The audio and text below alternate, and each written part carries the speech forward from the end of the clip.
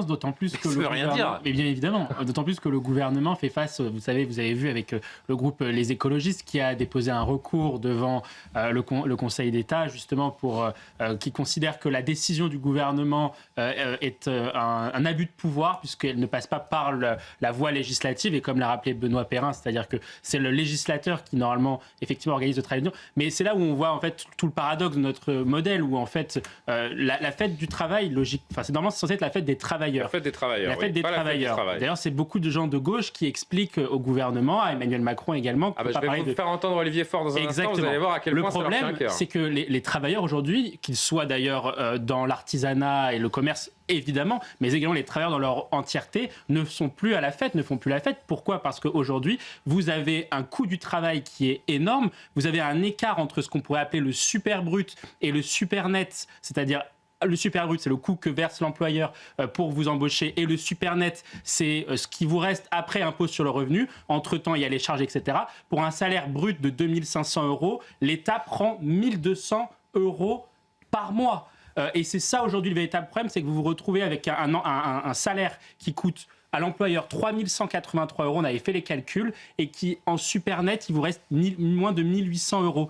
Est-ce que c'est possible aujourd'hui de fêter le travail avec des gens qui ont, par leur idéologie, contribué à le surenchérir et donc à appauvrir tous ceux qui travaillent dans notre pays. En effet, j'allais le dire, l'idée c'est d'appauvrir le pays. En fait, je ne vois pas d'autre lecture possible. Maud Bréjon. Les gens ont besoin de travailler aujourd'hui. C'est ça aujourd'hui. Parce qu'en fait, on a créé une société parce qu'on a appauvri le travail, puisqu'on fait reporter un modèle social et même un modèle de dépenses publiques quasiment exclusivement sur le dos du travail.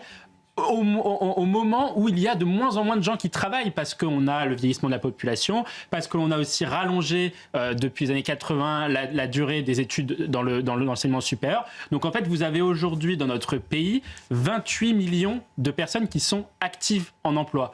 28 millions. Or, ce chiffre-là, il y avait quasiment 5 à 10 millions de plus de travailleurs avant, alors même qu'on avait le même niveau de population. Et aujourd'hui, le véritable problème, c'est qu'il n'est plus possible de faire tenir un modèle social uniquement sur ceux qui travaillent. Et c'est pour ça qu'aujourd'hui, on arrive à des problématiques où le travail est surchargé. Et donc, cette surcharge sur le travail crée nécessairement du chômage puisque ça dégrade la compétitivité de nos acteurs économiques, entreprises, mais comme l'État, de la même façon. C'est quand même dingue, en mai 2026, ou quasiment en mai,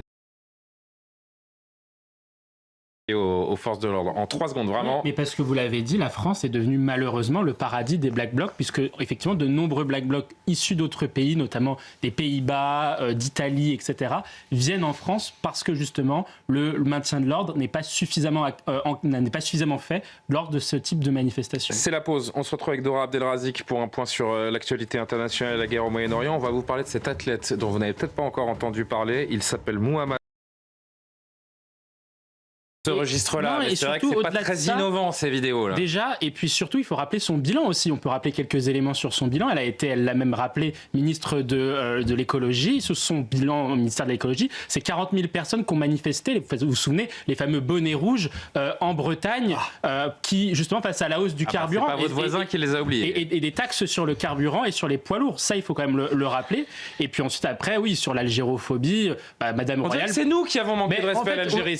On va dire peut-être qu'il Madame Royal, si on regarde toutes les enquêtes d'opinion, il y a 60% en moyenne des Français qui sont pour qu'on mette un rapport de force plus dur à l'égard de l'Algérie. 60% des Français sont-ils algérophobes? C'est la question qu'il faudrait poser. Pour terminer vite, rapidement, pardon. Pathétique, regardez par comparaison la dignité.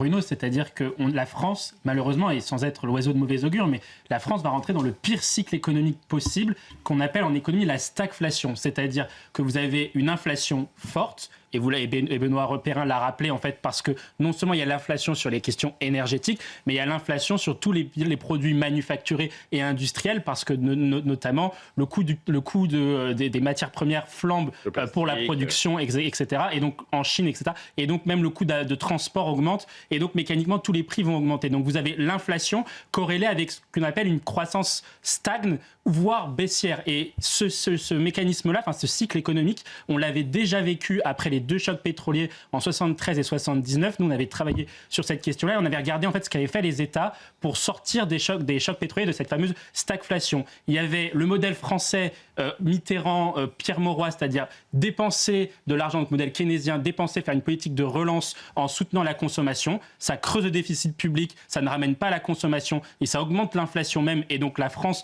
est entrée sur le chemin, on va dire, du déclassement économique à partir des années 80, sur lequel même la droite n'est jamais revenue. Et puis, à ce qu'ont fait les États-Unis et le Royaume-Uni, donc Margaret Thatcher et Ronald Reagan, qui avaient fait une politique d'offre. Quand vous êtes dans un niveau de stagflation, vous êtes obligé d'augmenter la production pour pouvoir justement limiter la hausse des prix sur le reste des biens. Non, mais c'est simple comme on pourrait mettre en place une taxe pour les entreprises qui font des super profits à l'étranger. À l'étranger, c'est les USA qui font ça sur les entreprises qui font des super profits à l'étranger. En fait, c'est simple. Il faut regarder un rapport qui avait été fait par l'OCDE sur la compétitivité fiscale de toutes les économies de l'OCDE. Et il s'avère que la France était dernier de ce classement-là. Je crois que le rapport date d'octobre 2025 de l'OCDE.